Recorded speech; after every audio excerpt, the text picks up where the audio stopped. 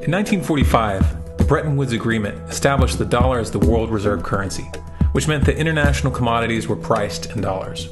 The agreement, which gave the United States a distinct financial advantage, was made under the condition that those dollars would remain redeemable for gold at a consistent rate of $35 per ounce. The United States promised not to print very much money, but this was on the honor system, because the Federal Reserve refused to allow any audits or supervision of its printing presses.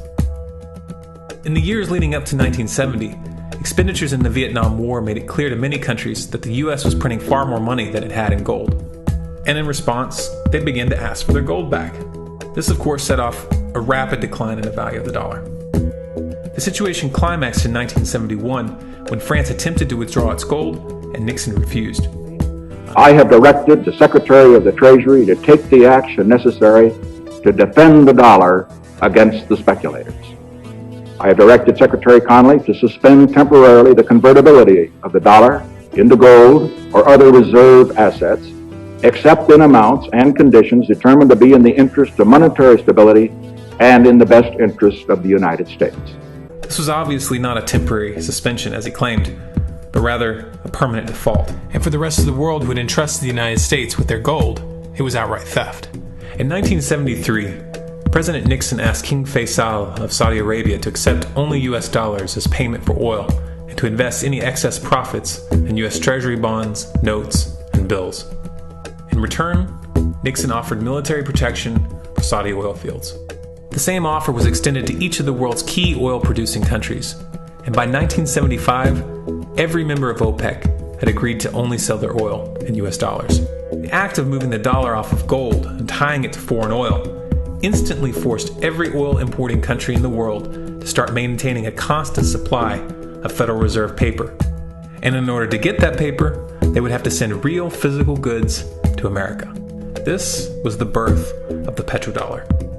Paper went out, everything America needed came in, and the United States got very, very rich as a result.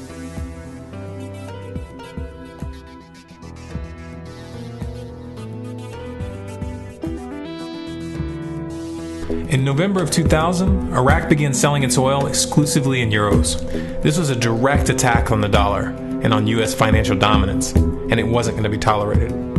In response, the U.S. government, with the assistance of the mainstream media, began to build up a massive propaganda campaign claiming that Iraq had weapons of mass destruction and was planning to use them. Should terrorists obtain these weapons, now being manufactured and traded around the world, the carnage they could inflict to our economies, our security, to world peace, would be beyond our most vivid imagination. My judgment as Prime Minister is that this threat is real, growing, and of an entirely different nature to any conventional threat to our security that Britain has faced before. In 2003, the U.S. invaded, and once they had control of the country, oil sales were immediately switched back to dollars. This is particularly notable due to the fact that switching back to the dollar meant a 15 to 20% loss in revenue due to the euro's higher value. It doesn't make any sense at all unless you take the petrodollar into account. So I came back to see him a few weeks later, and by that time we were bombing in Afghanistan. I said, "Are we still going to war with Iraq?" And he said, "Oh, it's worse than that."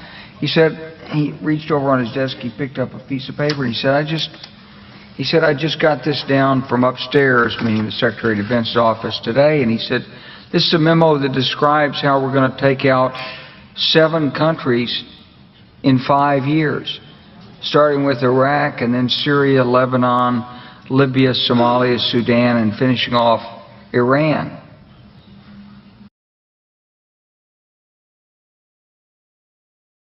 In Libya, Gaddafi was in the process of organizing a bloc of African countries to create a gold-based currency called the dinar, which they intended to use to replace the dollar in that region.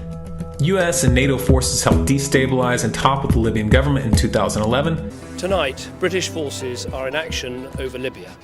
They are part of an international coalition that has come together to enforce the will of the United Nations and to protect the Libyan people. After taking control of the region, U.S. armed rebels executed Gaddafi in cold blood and immediately set up the Libyan Central Bank. Iran has been actively campaigning to pull oil sales off of the dollar for some time now, and it has recently secured agreements to begin trading its oil in exchange for gold. In response, the US government, with mainstream media assistance, has been attempting to build international support for military strikes on the pretext of preventing Iran from building a nuclear weapon. In the meantime, they established sanctions which US officials openly admit are aimed at causing a collapse of the Iranian economy.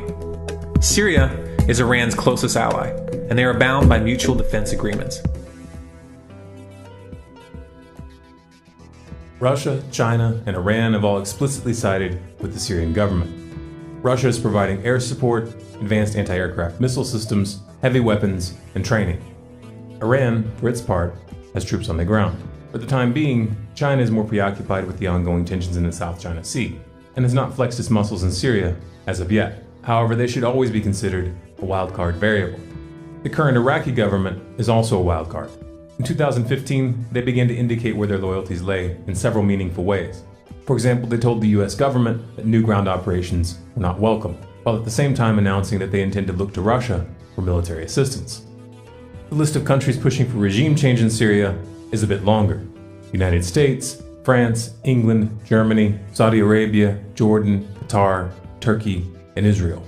If seeing all these characters in bed together strikes you as strange, looking at their motives will clarify things considerably. There isn't just one motive for this bloodbath. Rather, there's a matrix of motives which intersect in some rather odd places. Of course, money had to play a role. In 2009, Qatar put forth a proposal to build a natural gas pipeline which would have passed through Saudi Arabia, Jordan, Syria, to Turkey, and into Europe. The president of Syria, however, rejected this proposal. Instead, in 2011, he forged a pact with Iraq and Iran to run a pipeline eastward, cutting Qatar and Saudi Arabia out of the loop completely. It was around this time that jihadists began flooding into the region intent on ousting Assad. The West presented these groups as freedom fighters. Iran is Shia. The current government in Iraq is Shia and has strong ties with Iran. The pipeline deal which Assad accepted would strengthen the Shia bloc and expand its regional influence. The Sunnis don't like this. In fact, they've even coined a term to describe it: the Shia crescent. Let's be very clear. ISIS is not just a terrorist organization.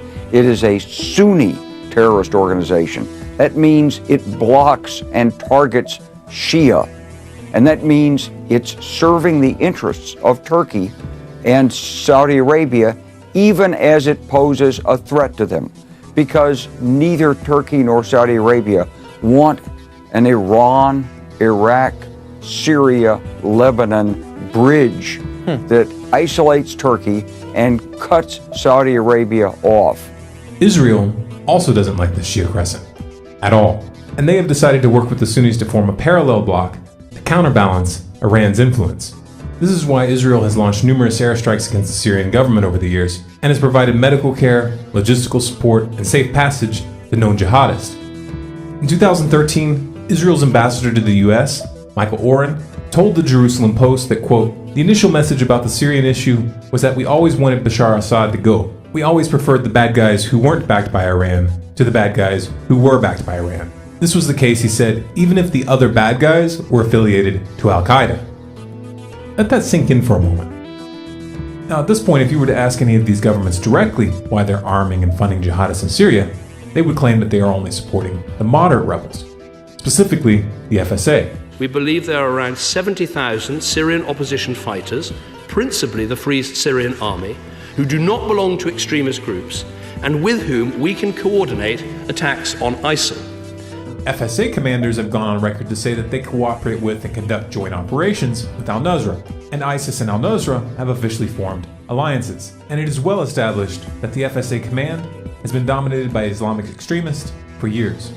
He even claimed a 70,000 strong force of moderate FSA fighters were ready to coordinate action against ISIL with the Western air campaign. That claim has not remotely stood up to scrutiny. The FSA, which includes a wide range of groups, few, if any, would regard as moderate and mostly operate in other parts of the country. The only ground forces able to take advantage of a successful anti-ISIL air campaign are stronger jihadist and Salafist groups close to the ISIL-controlled areas. And let's not forget about the oil. At this stage, ISIS has reached a point where it no longer needs direct sponsorship. The organization earns an estimated $1 to $2 billion a day through oil sales. The US was aware of this, but did nothing to stop it. They didn't even condemn the country which was facilitating the sale of this oil. Russia, on the other hand, began targeting oil convoys headed into Turkey in November of 2015. Shortly thereafter, Turkey shut down a Russian Su-24 that supposedly violated Turkish airspace for 17 seconds. In response, Russia released satellite evidence that they claim shows how Turkey is smuggling oil from ISIS. The US government dismissed this evidence, but didn't counter it with any evidence of their own. So where is the oil going? All along, there's always been the idea that Turkey was supporting ISIS in some way. We know they've funneled people going through Turkey to ISIS. Someone's buying that oil that ISIS is selling. It's going through somewhere.